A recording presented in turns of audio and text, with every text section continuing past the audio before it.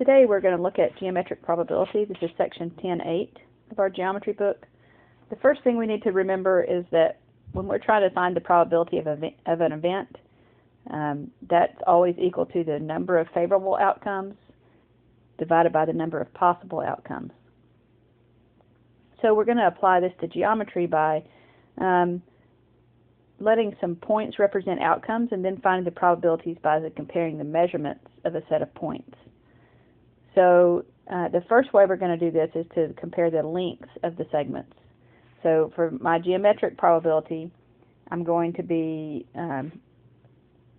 using the probability an event is equal to the length of the favorable segment over the length of the entire segment. So let's look at example 1. A gnat lands at random on a point on the ruler's edge. Find the probability that the point is between 3 and 7. So here I have my ruler drawn out and I have a gnat flying in. I'm wanting to figure out what's the probability that it lands between 3 and 7 right here. So what I'm going to do is I'm going to find the length of that segment. So let me see, this is the probability of landing between 3 and 7. It's going to be equal to the length of that segment between 3 and 7.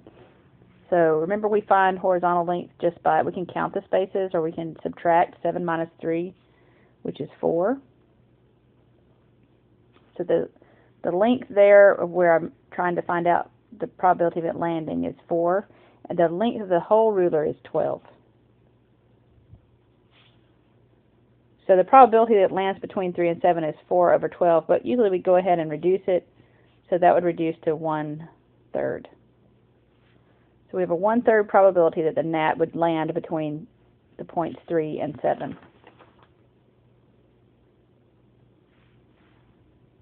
Okay, so quick check 1 says a point on AB is selected at random. What is the probability that it is a point on CD when we select that point at random? So I've drawn the picture out here. Pause the recording and see if you can figure out what the probability would be that if we pick a point on AB at random that it would be between C and D. Okay, so we're going to do this just like we did the other problem. We're going to look at the distance between C and D. We're going to put that length on top. So from C to D would be 8 minus 4, which is 4. And the length of the whole segment is from A to B, so that's 0 to 10, that would be 10 units. So our probability would be 4 divided by 10, or if we reduced it, 2 goes into top and bottom, so it would be 2 over 5. Now let's look at another example. Elena's bus runs every 25 minutes. If she arrives at her bus stop at a random time, what is the probability that she will have to wait at least 10 minutes for the bus? So this one is not quite as straightforward as the other example in the quick check. We're looking at this segment that I've drawn to represent the minutes between A and B, and I'm trying to figure out how to model this problem. So every 25 minutes the bus runs. That's why I've made this length 25 for the total length. What I'm looking for is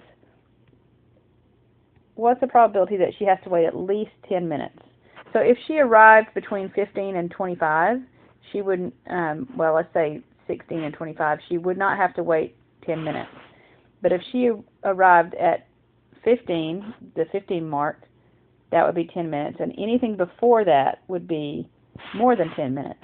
So if she arrives in this period of time from 0 to 15, she's going to wait at least 10 minutes for the bus.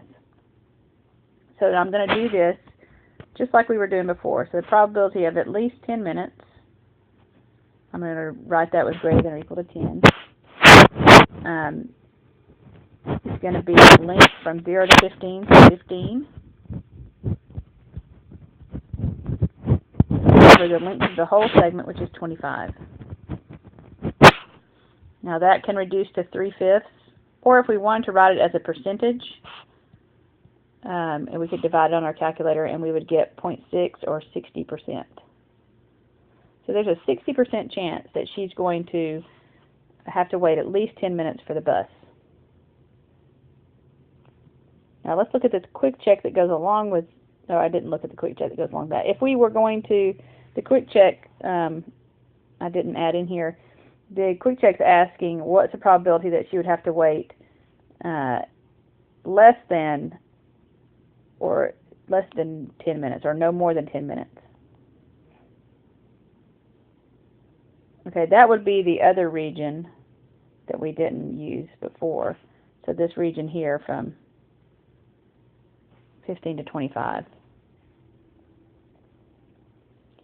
Alright, so that's going to be, the length of that segment would be 10 over 25, which would be 2/5, or if we used our calculator, 40%.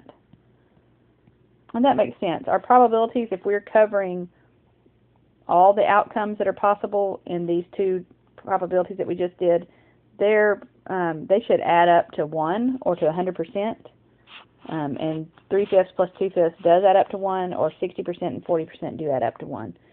That should always be, there should never, or 100%, there should never be more than 100% chance of something when we're calculating these probabilities, once we find both of them. Okay, the last example, before we do this, we were just comparing lengths to find probabilities.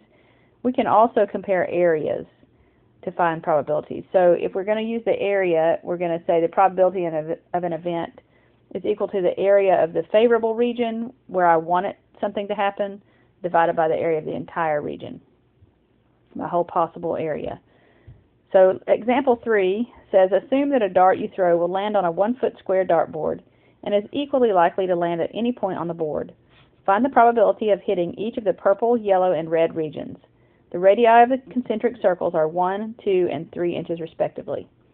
So the radius of the purple circle is 1, the radius of the yellow circle is 2, and the radius of the red circle is 3. But those are in inches. The dartboard is a 1-foot square dartboard, so that's the part that you put behind your dartboard so you don't mess your wall up. So when I miss the target, I end up hitting the square part. And so that's 12 inches by 12 inches. Alright, so the square part is going to actually be my total, my entire area. That's what's going to go on the bottom.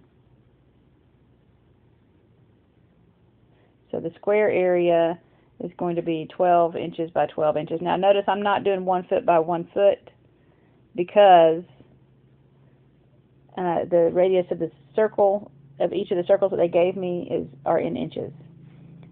So this is going to be 144 inches is my entire area.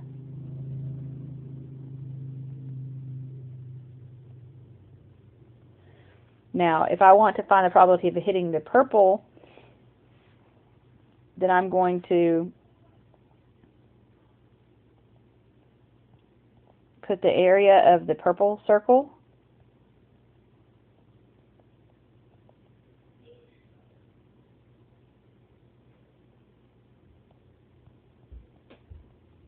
over that entire area. So that's going to be, if I have a circle that has a 1-inch radius, that's going to be pi times 1 squared divided by 144.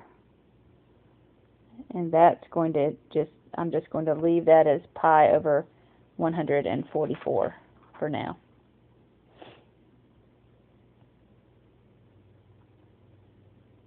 You can go ahead and put this in your calculator. Let's actually do that. So if I put this in my calculator and divide pi by 144, I'm going to get approximately 0.022 or 2.2%.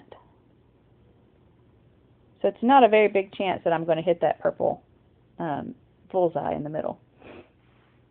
Okay, now it's a little trickier finding the area of the yellow region because what I have to do is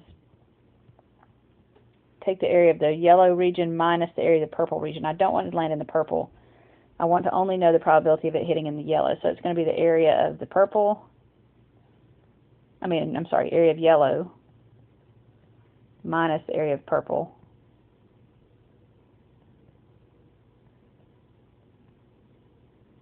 divided by the entire area.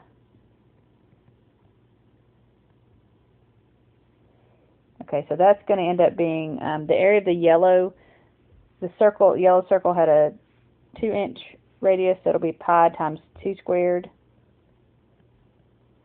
And then I'm going to subtract, so that would give me the whole yellow circle. Okay, that would be the whole thing.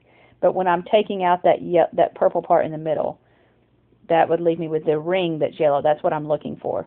So pi times 2 squared is the whole yellow circle. If I took that purple one off, and then if I subtract the purple out, I'll be getting the area of the yellow ring. So that'll be, we figured out a minute ago, pi times 1 squared.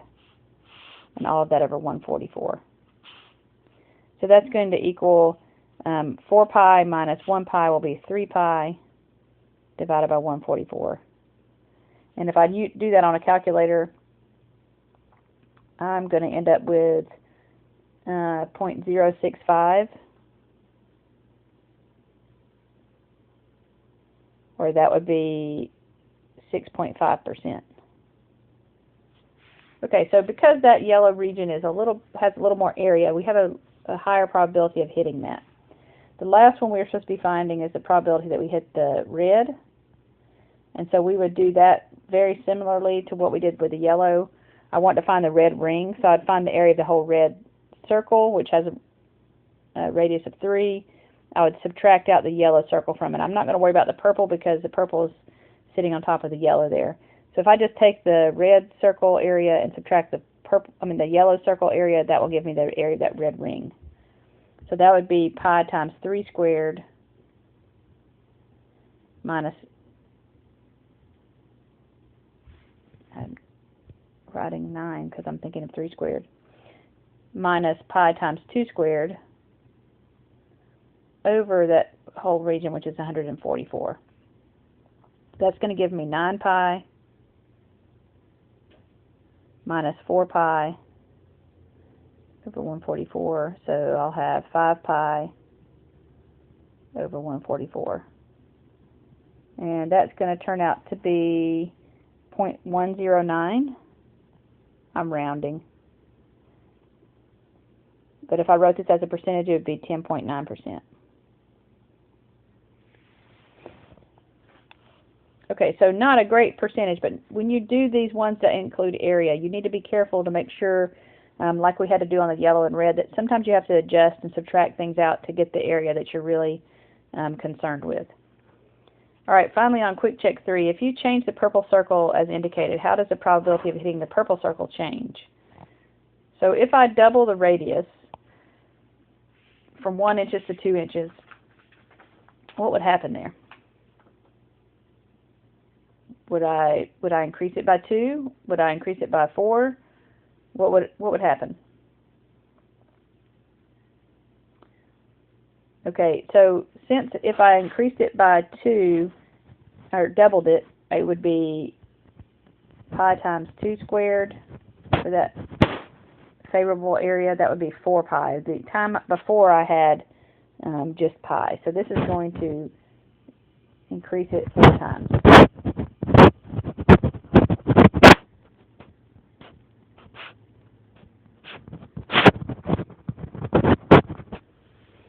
Alright, and then if I triple the radius, that would give me pi times 3 squared.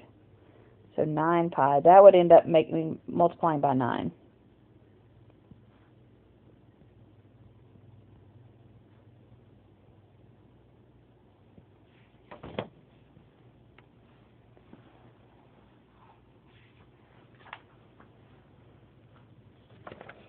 Okay, so try these problems out and see what you think, and make sure you write down any questions you might have for class next time.